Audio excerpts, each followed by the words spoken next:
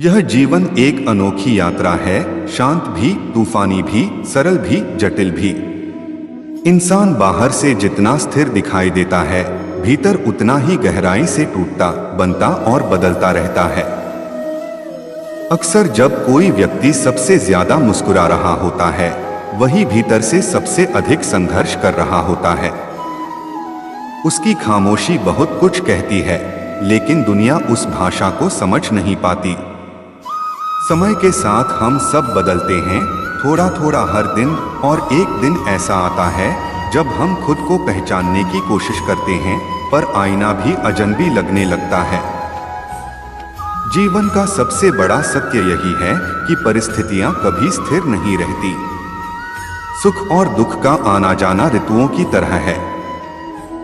लेकिन जो व्यक्ति अपने मन को समझ लेता है, उसे संभाल लेता है, वही हर परिस्थिति में संतुलित रह पाता है। जब मन नियंत्रित होता है, तब बाहरी दुनिया का कोई भी तूफान हमें अंदर से नहीं हिला सकता। परंतु जब मन ही बिखरा हुआ हो, तो छोटी सी बात भी हमें तोड़ सकती है। मनुष्य का मन बड़ा चंचल होता है। यह कभी अतीत में भटकता है, कभी भविष्य की चिंता में उलझता है। वर्तमान में टिकना इसे सबसे कठिन लगता है। लेकिन सच्ची शांति केवल वर्तमान में ही मिलती है।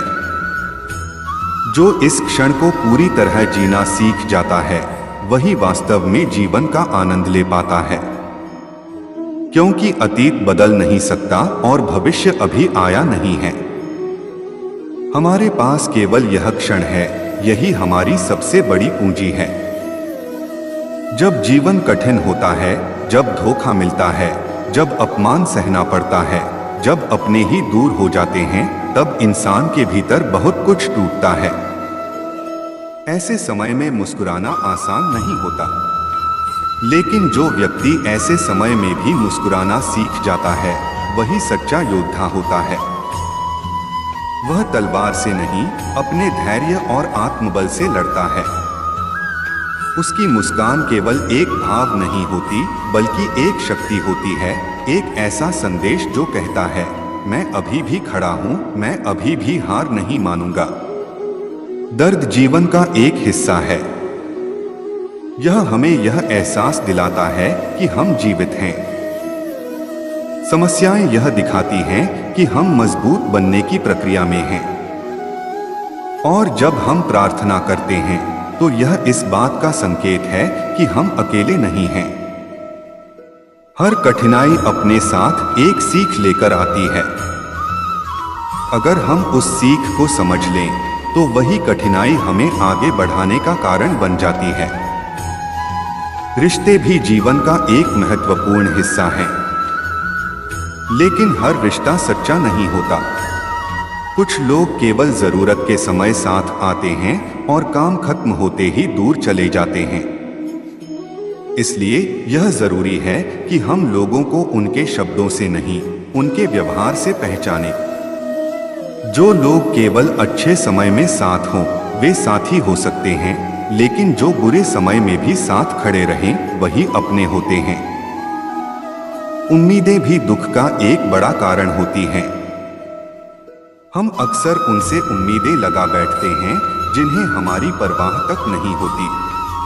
और जब वे हमें नजरअंदाज करते हैं, तो हम खुद को दोष देने लगते हैं। लेकिन सच्चाई यह है कि गलती हमारी नहीं होती, बल्कि हमारी उम्मीदों की होती है। इसलिए जहां आपको अपनापन मिले, वहीं रहिए। जहां बार बार खुद को साबित करना पड़े, वहां से दूर हो जाना ही बेहतर है। मन को शांत करने के लिए ध्यान एक बहुत शक्तिशाली माध्यम है। शुरुआत में यह कठिन लगता है, लेकिन धीरे धीरे यह हमारी आदत बन जाता है। जब हम रोज कुछ समय अपने विचारों को स्थिर करने में लगाते हैं, तो मन की चंचलता कम होने लगती है।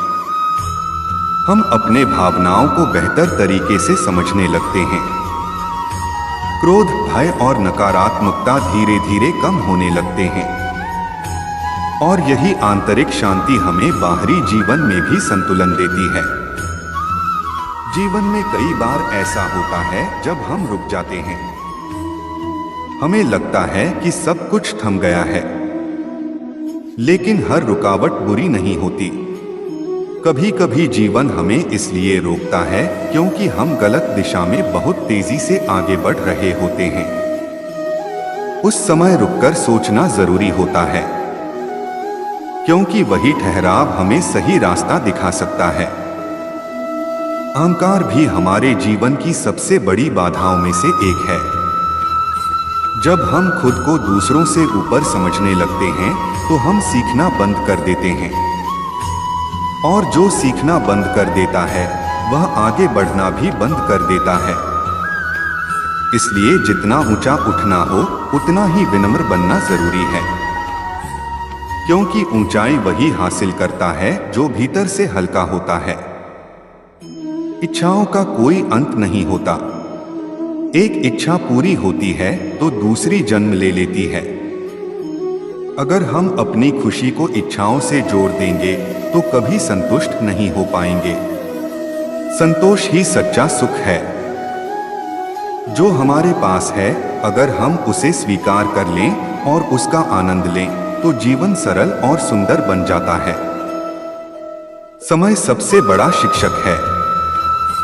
यह धीरे धीरे सबको उनकी असलियत दिखा देता है। जो आज आपको नहीं समझते वही कल आपकी कदर करेंगे, लेकिन उसके लिए धैर्य जरूरी है। जल्दबाजी हमेशा नुकसान पहुंचाती है।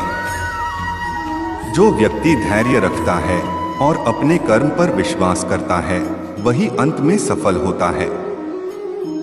जीवन में आलोचना भी होगी, लोग बातें भी करेंगे। कुछ आपको असफल कहेंगे, कुछ आपका मजाक उड़ाएंगे, लेकिन यह सब बाहरी शोर है। असली आवाज आपके भीतर से आती है। अगर आप खुद पर विश्वास रखते हैं तो दुनिया की कोई भी बात आपको हिला नहीं सकती।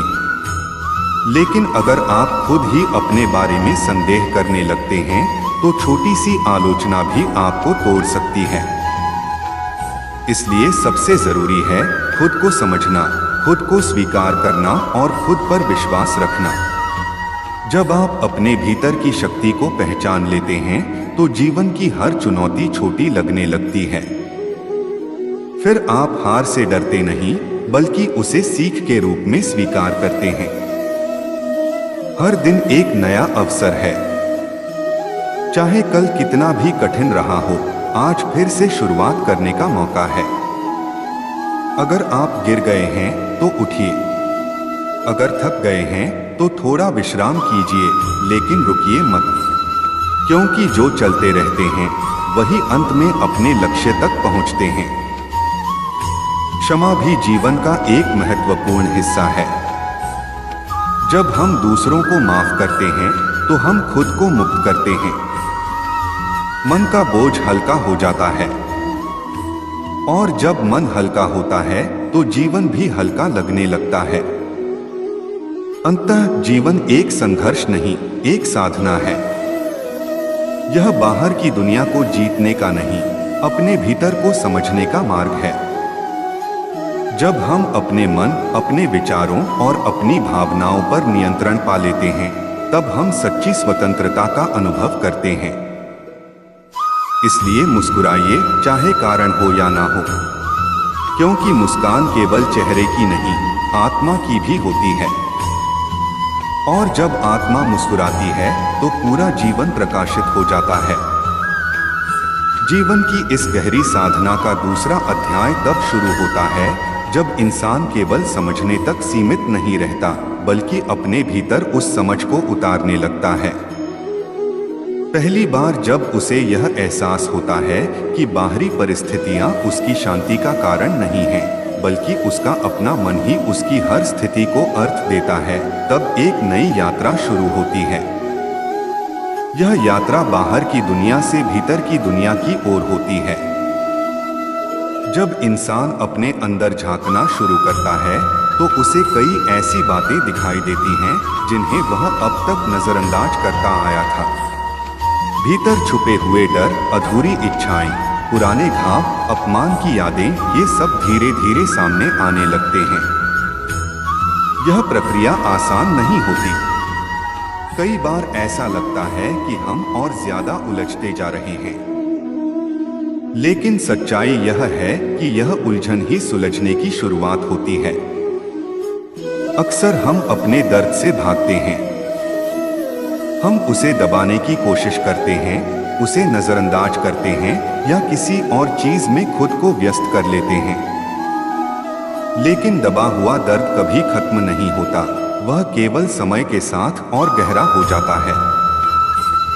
इसलिए जरूरी है कि हम अपने दर्द को महसूस करें, उसे स्वीकार करें, क्योंकि जो स्वीकार कर लिया जाता है वह धीरे धीरे अपना असर खो देता है। जब इंसान अपने घावों को स्वीकार करता है, तभी वह उन्हें भरने की दिशा में पहला कदम उठाता है। यह आत्मस्वीकृति ही असली ताकत है। यह कमजोरी नहीं, बल्कि साहस का सबसे बड़ा रूप है, क्योंकि हर कोई अपने सच का सामना नहीं कर पाता। इस यात्रा में एक और महत्वपूर्ण मोड़ आता है, जब इंसान यह समझता है कि वह दूसरों को बदल नहीं सकता। हम अक्सर यह सोचते हैं कि अगर सामने वाला बदल जाए तो हमारी जिंदगी बेहतर हो जाएगी, लेकिन यह सोच ही हमारी सबसे बड़ी भूल होती है, क्योंकि हमारा नियंत्रण केवल अपने ऊपर है, दूसरों पर नहीं। जब हम दूसरों से उम्मीद करना छोड़ देते हैं, तब हमें एक अजीब सी आजादी महसूस होती है। अब हमें किसी के व्यवहार से उतना फर्क नहीं पड़ता। हम अपनी शांति को दूसरों के हाथों में देना बंद कर देते हैं। और यही वह क्षण होता है जब हम वास्तव में मजबूत बनने लगते हैं। धीरे धीरे इंसान यह भी समझने लगता है कि हर रिश्ता स्थायी नहीं होता। कुछ लोग हमारी जिंदगी में केवल एक सीख देने के लिए आते हैं। उनका जाना भी उतना ही जरूरी होता है जितना उनका आना। अगर हर कोई हमेशा हमारे साथ ही रहता, तो शायद हम कभी आगे बढ़ना नहीं सीख पाते। इसलिए जब कोई दूर जाता है, तो उसे रोकने की बजाय यह समझना चाहिए कि शायद उसकी भूमिका हमारे जीवन में पूरी हो चुकी है। हर अंत एक नई शुरुआत का संकेत होता है, और जो इसे समझ लेता है वह कभी भी टूटता नहीं, बल्कि हर बार और मजबूत होकर उभरता है। इस दूसरे चरण में इंसान अपने अकेलेपन से भी दोस्ती करना सीखता है। पहले जो अकेलापन उसे डराता था, वही अब उसे सुकून देने लगता है, क्योंकि अब वह जान चुका होता है कि असली साथ तो खुद का ही होता है। जब आप खुद के साथ सहज हो जाते हैं, तब आपको किसी और की जरूरत केवल खुशी बांटने के लिए होती है, उसे पाने के लिए नहीं। यही वह अवस्था है जहां से आत्मनिर्भरता जन्म लेती है। अब आपकी खुशी किसी और के व्यवहार पर निर्भर नहीं रहती। आप खुद अपने लिए पर्याप्त बन जाते हैं, और यही आत्मनिर्भरता आपको भीतर से अडिग बना देती है। इस यात्रा में ध्यान और भी महत्वपूर्ण भूमिका निभाने लगता है। अब ध्यान केवल एक अभ्यास नहीं रहता, बल्कि जीवन का हिस्सा बन जाता है। हर सांस में जागरूकता आने लगती है। हर विचार को आप देखने लगते हैं, बिना उसमें उलझे। यह स्थिति धीरे धीरे मन को शांत और स्थिर बना देती है। जब मन शांत होता है, तो निर्णय भी स्पष्ट होने लगते हैं। पहले जहां हर छोटी बात पर भ्रम होता था, अब वही चीजें सरल लगने लगती हैं, क्योंकि अब आप बाहरी शोर से नहीं, अपने भीतर की आवाज से निर्णय लेने लगते हैं। इस अवस्था में इंसान यह भी समझ जाता है कि असली सफलता क्या है। पहले जहां सफलता का मतलब केवल पैसा, नाम या पहचान था, अब वही सफलता भीतर की शांति, संतोष और संतुलन में नजर आने लगती है। अब जीत का मतलब दूसरों से आगे निकलना नहीं, बल्कि खुद के भीतर स्थिर रहना होता है। धीरे धीरे जीवन के प्रति दृष्टिकोण पूरी तरह बदल जाता है। अब हर घटना को आप अलग नजरिए से देखने लगते हैं। जो पहले समस्या लगती थी, अब वही एक अवसर लगने लगती है। जो पहले रुकावट थी, अब वही एक दिशा दिखाने वाला संकेत बन जाती है।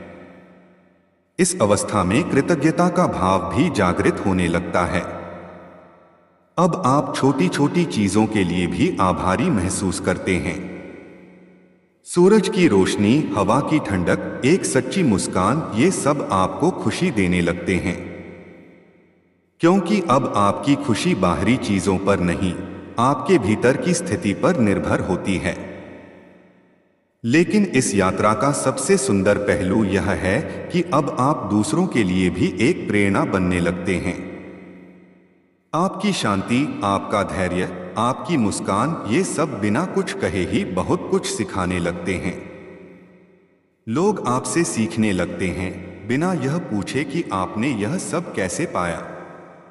आपका जीवन एक उदाहरण बन जाता है कि कठिनाइयों के बावजूद भी कैसे स्थिर रहा जा सकता है, कैसे टूटने के बाद भी फिर से खड़ा हुआ जा सकता है, और कैसे बिना किसी बाहरी सहारे के भी भीतर से मजबूत बना जा सकता है।